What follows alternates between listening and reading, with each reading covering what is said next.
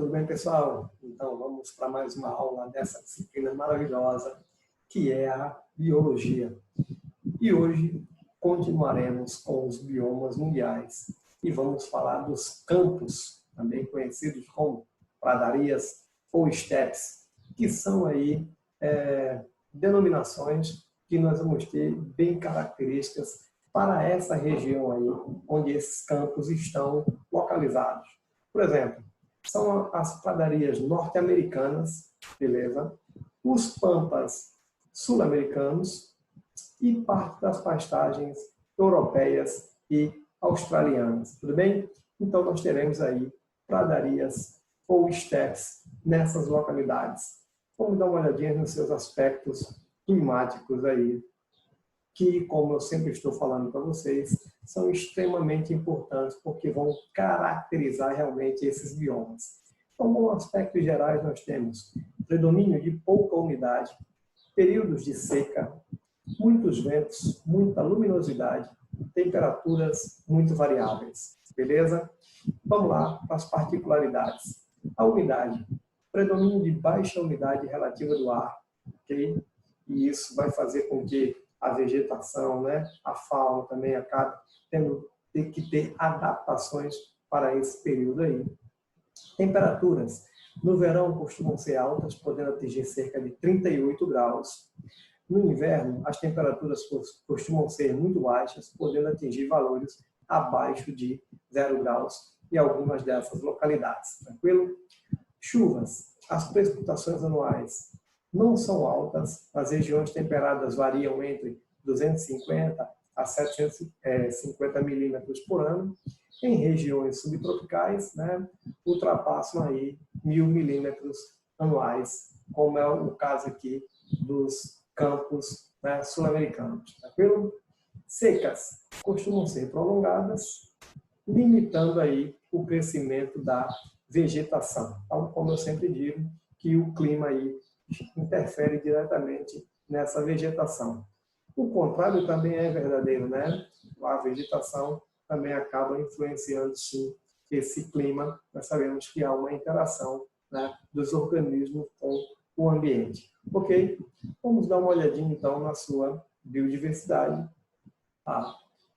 Aspectos gerais com relação à sua flora, à sua fauna. Então, nós temos aí formada por plantas de pequeno porte, adaptadas a pouca disponibilidade de água no solo, como gramíneas e herbáceas. Então, serão aí as características, a vegetação característica, principalmente aí dos campos, pradarias ou estepes. Então, a flora é constituída por espécies diversificadas de gramíneas, herbáceas aí, e alguns arbustos. Apesar do solo não armazenar muita água, ele costuma ser fértil e rico em matéria orgânica em processo de decomposição. Áreas de pastagens, vamos dar uma olhadinha aí, Então, gramíneas aí, como capim principalmente, uma vegetação típica aí das pradarias, e isso favorece muito para a criação de gado, tranquilo? Então, a criação de gado aí são muito comuns nas pradarias. Por isso, as pradarias têm grande valor econômico, tranquilo? Por causa aí da pecuária, principalmente. Por isso, então, na fauna, nós vamos ter aí bois, raposas, cobras, lagartos, pisões, pequenos antílopes, búfalos, cabras, lebre, os famosos cães das pradarias. Dá uma olhadinha nesse cara aí, ó, o cão da pradaria, o roedor nativo das pradarias norte-americanas, tranquilo?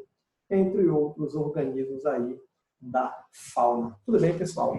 Bom, nós temos aí os campos como pradarias ou estepes, mas nós também vamos ter aqui, ó, dá uma olhadinha, nos campos como savanas ou cerrados. Então veja que aí já deu uma pequena mudada aqui na localização, As savanas africanas aí, parte da Austrália e o cerrado brasileiro. Ok? Então, nós vamos ter aí, ó, como aspectos gerais, predomínio de pouca umidade, grande período de seca, temperaturas elevadas com alternância entre verão, geralmente úmido, e inverno, geralmente seco. Beleza?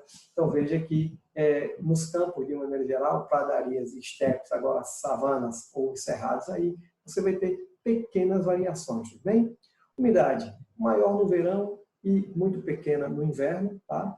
As temperaturas aí no Cerrado brasileiro, as temperaturas variam entre 10 graus no inverno, né? E 38 graus no verão. Você veja que no caso de pradarias, em algumas localidades, no inverno pode chegar até 0 graus. Não é o caso aqui, né, do Cerrado e da savana africana, né, que as temperaturas médias anuais ficam acima aí de 20 graus, tá? Então, tudo relacionado à localização, né, desse bioma. Tá? Então, vai dando pequenas modificadas, tudo bem? Mas veja que são todos considerados campos, tá? Então, as características são muito, muito parecidas. Chuvas. A pluviosidade fica por volta de 1.000 milímetros anuais, né? No Cerrado brasileiro, costuma chover principalmente entre outubro e março, ok? Outubro e março ali é o período aí de chuva que a gente vai ter, principalmente aqui no nosso Cerrado. Secas, né? Costumam ser prolongadas, limitando o crescimento da vegetação. Então, veja que características gerais, né? Pradarias, né, ou estepes, assemelha-se aí às savanas ou cerrados, né? Então, temos predomínio de gramíneas, herbáceas e alguns arbustos, mesmo esqueminha aí, tá? A flora, muitas espécies aí de gramíneas, herbáceas, arbustos ou árvores, né? Nós vamos encontrar aí, com vegetação aí da savana africana, ó, gramíneas e algumas árvores aí sustentam muitos mamíferos herbívoros, beleza? Então, árvores, no caso aí de pequeno porte, né? Como exemplo aí, barbatimão, jacarandá, entre outras aí, como o cerrado brasileiro e acácias na savana africana, tudo bem? Então, as plantas costumam ter grandes raízes, pode atingir mais de 10 metros, né, de profundidade aí, e conseguem absorver água no lençol freático. É uma característica aí da vegetação também das savanas ou cerrados, tá? A fauna aí, grande biodiversidade que nós temos aí, né? Grande biodiversidade de fauna, tá? Então, na savana africana encontramos elefantes, rinocerontes, antílopes, essa fauna bem famosa aí da savana africana, né? Os guepardos, né? O felino predador aí da savana africana, tá? Os animais mais rápidos que existem aí. Hienas, leões, zebras, leopardos. No Cerrado brasileiro, nós encontramos, por exemplo, aí como a sussuarana, tá? Grande felino encontrado nas florestas tropicais e cerrados sul-americanos, a chamada onça parda, tá? Olha aí que animal lindo, beleza? Os veados campeiros, queixadas, os caititus, né? Que são os porcos selvagens, tatus, tá?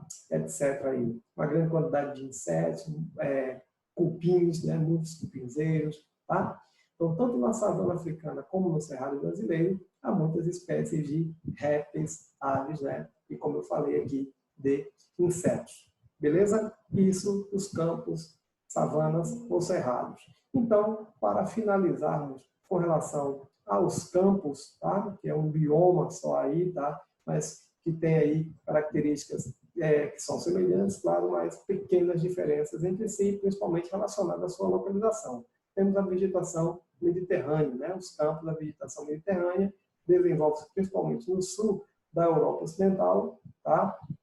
Há pequenos trechos da Califórnia, tá? Então, no caso aqui, sul da Europa Ocidental, pequenos trechos aqui da Califórnia, e extremo sul e norte da África e centro do Chile. No caso aqui, ó, Chile e no caso aqui, África, beleza? Então veja que já muda, vai mudando aí a localização por causa dessa mudança de localização, claro, dá pequenas variações aí com relação aos seus aspectos climáticos, tanto em relação a pradarias, né, quanto em relação a savanas, né, ou cerrados aqui, beleza?